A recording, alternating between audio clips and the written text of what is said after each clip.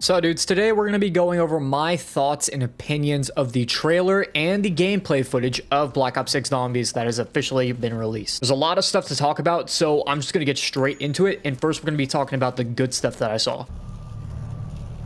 To start off, let's talk about the main Easter egg and even side Easter eggs. First off, they are promising for a number of side quests in the map, which we don't have that much information on, so I will just leave it at that. It's a good thing that they are back, and I hope that there are plenty and they all have some amount of use to them. But the main thing we all are worried about is the main quest. So for those of you who don't know, there are going to be two particular modes to this. There's going to be a guided version, and there's going to be the traditional Easter egg. Now, a lot of people were worried about this when it first came out, or terrified that this was potentially going to ruin the Easter egg hunting experience. Thankfully, that has all been taken care of. We'll first start off on just the regular main Easter egg. Once we get the power and the pack-a-punch, we will be going in completely blind at that point. There's no more waypoints, there's no more objective markers, it's just figure out the Easter egg like good old Call of Duty Zombies. Hopefully, it's a bit more complex than it has been in, say, Cold War, but overall, this is a great thing. Nothing negative there, I have to say. Now, the guided game mode, which a lot of people were worried was going to ruin the experience, has thankfully been put to rest. This is a quote from the Call of Duty Black Ops 6 blog post that they put out on the guided game mode for zombies. While Treyarch is focused on making their main quests for each Black Ops 6 map more challenging than those found in Cold War, the studio is also adding an all-new guided game mode to welcome more players into the world of zombies. This mode is planned to be released later in season after each map's launch to protect the sanctity of the traditional Easter egg hunt. So not only is this going to leave the traditional Easter egg hunt completely okay, but we will also be getting rewards if we are able to complete the Easter egg before the guided mode comes out. So make sure you're on it and you're ready to complete it in the first, I believe, 2 to 3 weeks before the guided mode comes out. We'll have plenty of time to be able to get those rewards before this guided mode comes out, thankfully. Not to mention general improvements such as, guess what? Once you complete the Easter egg, you're no longer forced to actually exfil. Thank you for actually listening to the community and fixing this problem, Treyarch. Next up, let's talk about the biggest quality of life improvement I have ever seen in any zombies game, I think point blank, period. And that is going to be the save and quit functionality whenever it comes to solo play. For the first time ever, we can actually save our game as long as we are at full health, are not down, dead, or we are actively in an exfil. We can save and quit at any particular time. This also really softens the blow with some particularly bad news we got, but we'll get to that later. Though not directly related to the same issue, multiplayer is now completely drop in and drop out. So if you DC for whatever reason, you can immediately hop back in, assuming the host is still there. More than likely, you'll respawn at the beginning of the next round, just like how it is normally when you die in zombies. But still, that is amazing. High round players are now going to be able to actually go to sleep and not have to leave their PC on all freaking night long. Like, everything nowadays is expensive, so if I can save some money on electricity, sign me up. I want that right now. Also, as far as we know, you can only have one save file active at a time. I'm not entirely sure if you can have it activated one save file per each map, or if it's just one singular save file. However, we do know that you can have a save file, go to a different map and play that map to completion, and go back to your original save file and continue where you left off. This is something that a lot of people have been wanting for years, myself included, so you will be hearing absolutely zero complaints from me. And of course, let's talk about the next big thing in the room, which is the return of the GobbleGums system. Thank you. It is finally back, and I'd say actually better than ever. We'll start off with how you acquire them first, and that is actually one of the most improved parts of the system. So from the blog post itself, it says, new GobbleGums are earnable in-game simply for playing. Expect to earn one or more random GobbleGums every few rounds. You'll know when you've been awarded the new GobbleGum due to the award sequence at the beginning of the subsequent round. No more gambling, no more slot machines, thank you. Though there's 100% probably going to be microtransactions. If I had to guess, it's just going to be directly buying what you want, which, hey, I would much rather take that system than gambling. And also the way you use them in game has changed, and I think potentially for the better, but it's going to definitely be more powerful from what I'm seeing. From the blog post, it says the machine either goes down on cooldown, more than likely for those higher rounds, or it will immediately reset upon getting to the next round. We don't know how long that timer is, but I'm assuming it's a fairly long time. Maybe something like 5-10 minutes. However, you can actually carry 3 on your person. So technically, there's no longer any instant cast GobbleGum. You need to actually activate it before the effect will trigger. So for example, let's say on high rounds, I have a Killjoy, a Phoenix Up, and a on the house. Those would just stay in my inventory until I eventually use them. These can also be changed mid-game by using the loadout system, which is definitely a little too powerful in my opinion, but hey, as long as it's fun, I don't really particularly care. Another thing from what playtesters have said is that this system thankfully is not going to scam you. So for example, let's say you die and you have a Perkaholic, a Phoenix Up, and that Killjoy again. If you die without having popped any of those GobbleGums, you will actually keep them because you technically haven't used them yet. They could have easily screwed us over and said, no, you technically picked it up, so therefore it's consumed. Thank you for not doing that and actually thinking of the player. Next up, we have Augments, which seems to be completely replacing the skill trees of Cold War.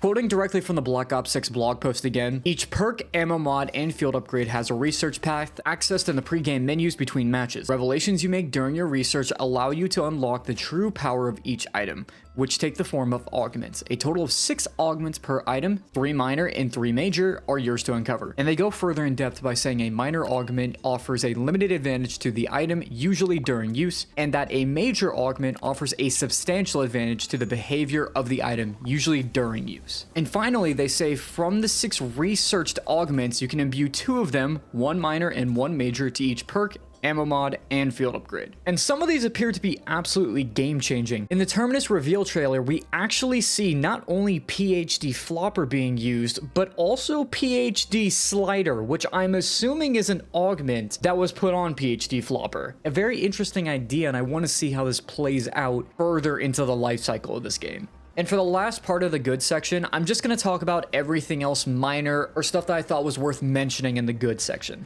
Number 1, everything seems to have been streamlined quite a bit. The salvage system and the armor system have both appeared to have been made simpler and also just more intuitive. Armor is no longer like in a menu, it's just wall buys and you plate up. Even if you don't like the idea of a plate up system, I would say it at least is better in the way that it doesn't get in the way of gameplay as much. You're not going into menus constantly, you're staying in the game and you're running around. You're actively doing something. Salvage has also been streamlined, and there's only one type of salvage now. There's no longer blue salvage, it's just regular salvage. So maybe they'll actually be able to balance it a lot easier and maybe not make the prices so absurdly low we can just spam buy everything. Next up, Omni movement. It does actually seem like it's quite helpful and actually seems like something you're gonna be using in all of your games no matter what. So awesome. Their innovation actually seems to have worked. Next up, we actually have some more stuff to grind for. We have apparently 4 mastery camos exclusive to Call of Duty Zombies. We might actually really want to stay around and maybe unlock everything in Zombies. Very excited for that. And also with that, loadouts return. Yes, I know maybe you don't like loadouts, but personally, I don't mind them because let's be completely honest, most of us were buying an HVK by round 4. It gets me into the game faster and I don't mind it. So maybe we disagree on that. Maybe we agree on that. I don't mind. Melee Macchiato. This perk actually seems really cool and it's definitely the best type of personality we've gotten in any Call of Duty Zombies game since probably Black Ops 3, maybe Black Ops 4, but this is a really cool perk and I think I'm definitely going to enjoy using it. Next up, the Rampage Inducer will be there day 1. Thank you. This was one of the best things they've added in Cold War Zombies, and the fact it will be there for Black Ops 6 Zombies on day 1 is a great addition. Next up, the Wonder Weapon. I really don't have much here to say. The Beam Smasher, this weapon looks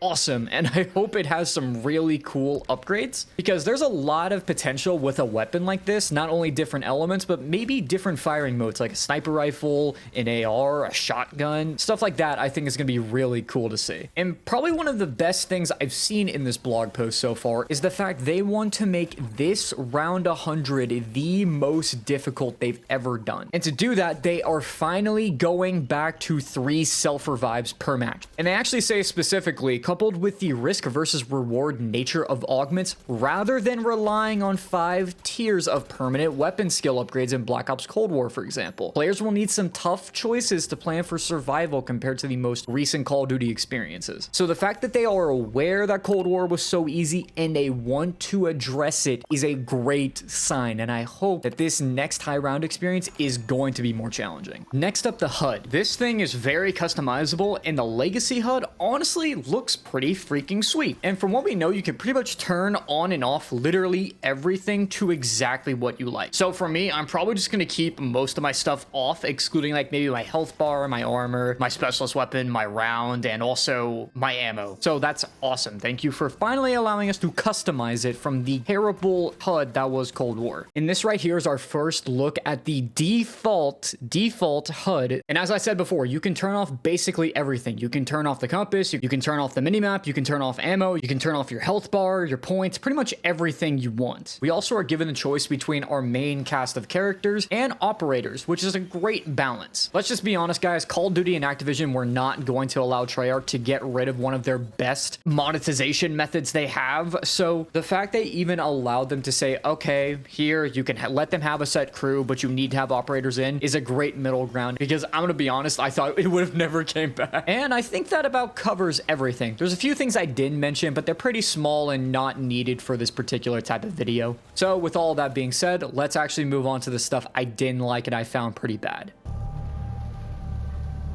Let's just get this one out of the way right now because this is the biggest one. The fact that zombies is always online is a terrible idea. And quite frankly, I have no idea why they've decided to go this direction. I have absolutely zero doubt that this is from the higher ups at Activision, and this is not the want nor the ideas of the developers at all. The literal only reason I could think that this would make sense is because they need to constantly be pushing their monetization options, and also they need to make sure that there's no shenanigans with how we saved GobbleGums like we did back in Black Ops 3. Or it's because of this entire situation with COD Mobile or the COD HQ. Either way, it is a terrible idea, and I hope that they have fixed the servers and the stability to compensate for that. Because if this game is as big as I think it's going to be, especially with the return of zombies in this fashion, there might genuinely be terrible server stability issues at launch. And even then, what are you going to do if your internet goes out? What do you do if you're in a bad storm? What do you do if your internet just isn't that good to begin with? This isn't fair for people, and I really hope the developers or the people at Treyarch can maybe figure out some sort of compromise or something, because this is awful. Number 2, and even though I praised it at how the armor and salvage systems have been streamlined, I still need to talk about it. I don't think it's a good thing that they're back. For the armor system, shields are just flat out better. They make more sense for zombies, and also it's just more fun.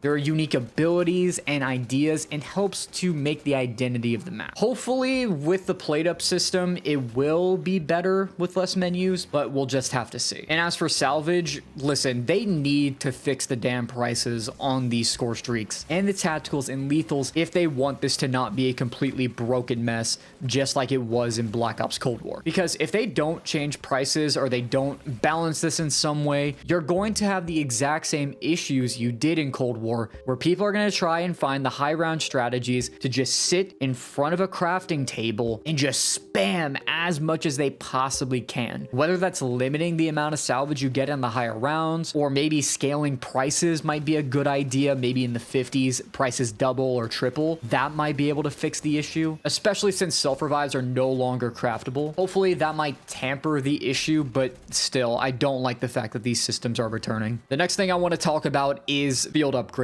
I really don't like these things. The specialist weapons from Black Ops 3 and even Black Ops 4 not only made more sense to zombies, but in the case of Black Ops 3, they literally were a part of the map. The Skull of Non-Stopway, the Apothecon Sword, the DG4s, they all made sense in zombies, and they felt like they belong. The field upgrades, while they're not terrible, I guess, they're definitely not the specialist weapons of old, and I really hope that eventually there is a system that can replace it. I understand that with the Augment system that maybe it can bring back some of that originality and freshness, but nothing's gonna beat how cool it is to carry a sword or have a freaking skull or a dragon pet on a gauntlet, man. Next up, while this isn't strictly a negative, I need to talk about it because I do not want regular bullet-based weapons to be able to carry into whatever round you want, which basically we're talking about the weapon rarity system. I don't mind the idea of the weapon rarity system, but if it is a one-to-one copy from Cold War, we're gonna have have some problems. Or assuming that the zombies don't scale infinitely, which would also solve the problem. I will say, one of the main issues of old Call of Duty zombies that we love, such as Black Ops 1 and Black Ops 2, is that the weapons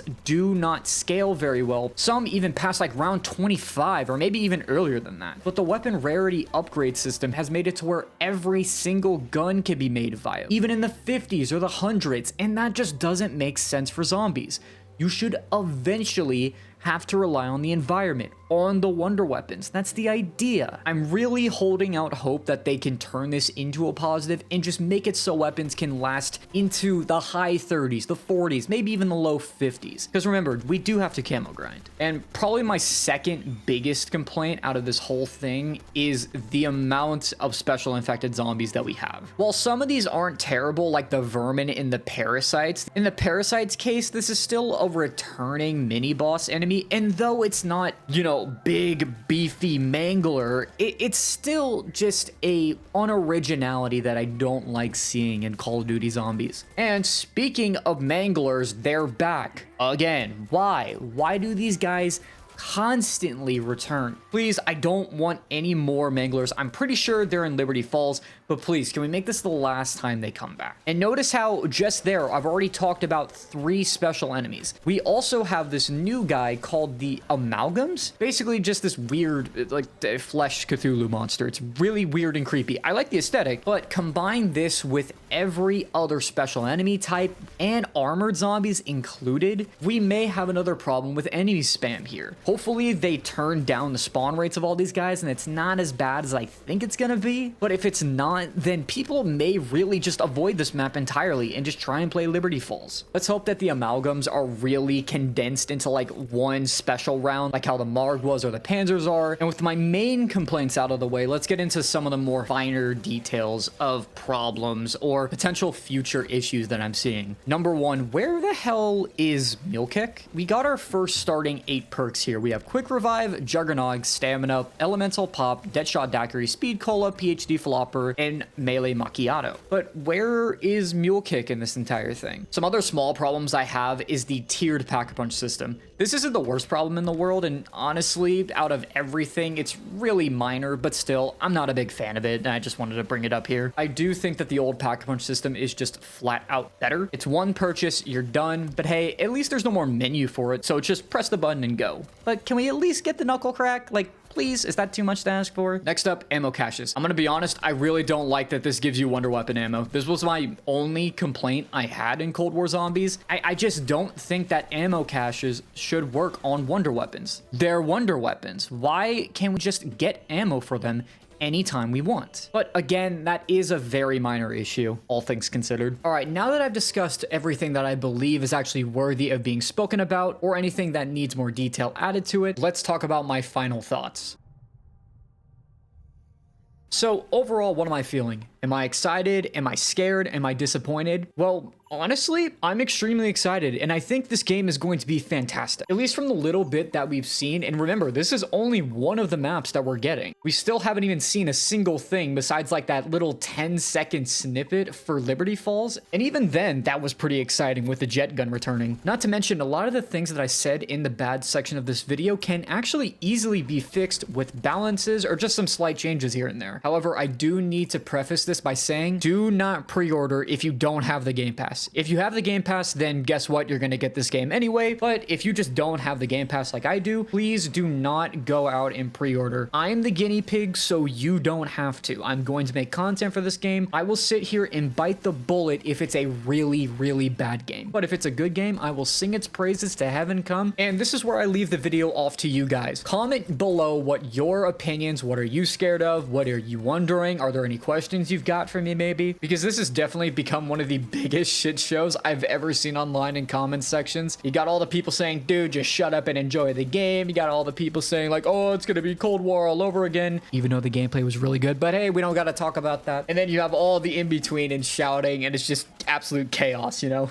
And as always, if you guys liked the video, make sure you all hit that like and subscribe button. And also, I have memberships now starting off at 99 cents. Your support would be greatly appreciated. And now that I'm fully monetized, I might actually be able to maybe go part-time on my real job here in maybe a month or two. We'll see what happens. But if you guys want to speed up that process, that would be greatly appreciated. I love you guys so much. And hopefully we can have some more discussion videos like this when COD Next comes out. But anyways, guys, I will see you all in the next video, challenge, or whatever.